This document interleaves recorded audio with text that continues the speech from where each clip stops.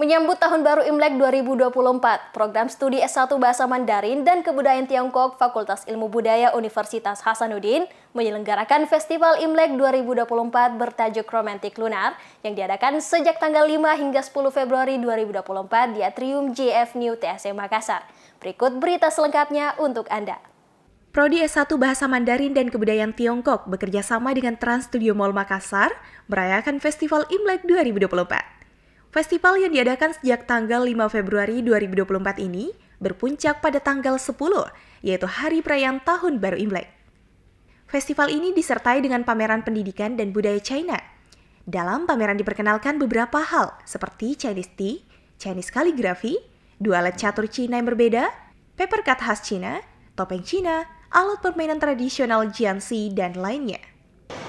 Untuk Festival Imlek 2024 ini diselenggarakan itu tujuannya ya merayakan Imlek tahun ini dan juga sebagai bentuk exposure dari TSM bekerja sama dengan program studi Bahasa Mandarin dan Kebudayaan Tiongkok didukung dengan Confucius Institute dan Imdarin KMFBUH supaya budaya Tiongkok di Indonesia ini lebih dikenal luas gitu dan lebih membangun toleransi antar sesama ras lah gitu.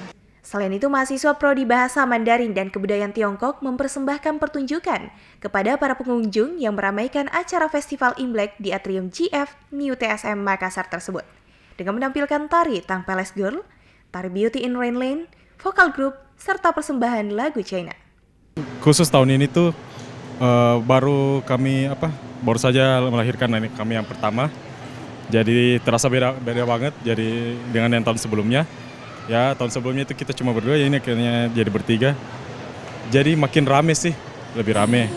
Dan persiapannya itu ya makin spesial karena kalau khusus perayaan Imlek itu biasanya kalau yang belum menikah itu biasanya yang mendapatkan ampau. Ini kami sudah menikah, kita sudah berkeluarga, giliran kami yang membagi-bagikan ke keluarga-keluarga kami. Festival perayaan Imlek yang ramai dikunjungi oleh berbagai kalangan, mulai dari anak-anak, remaja maupun orang dewasa ini berlangsung dengan sangat meriah. Nuri Nurhayati, Evans Ronaldo Linting, Unhas TV.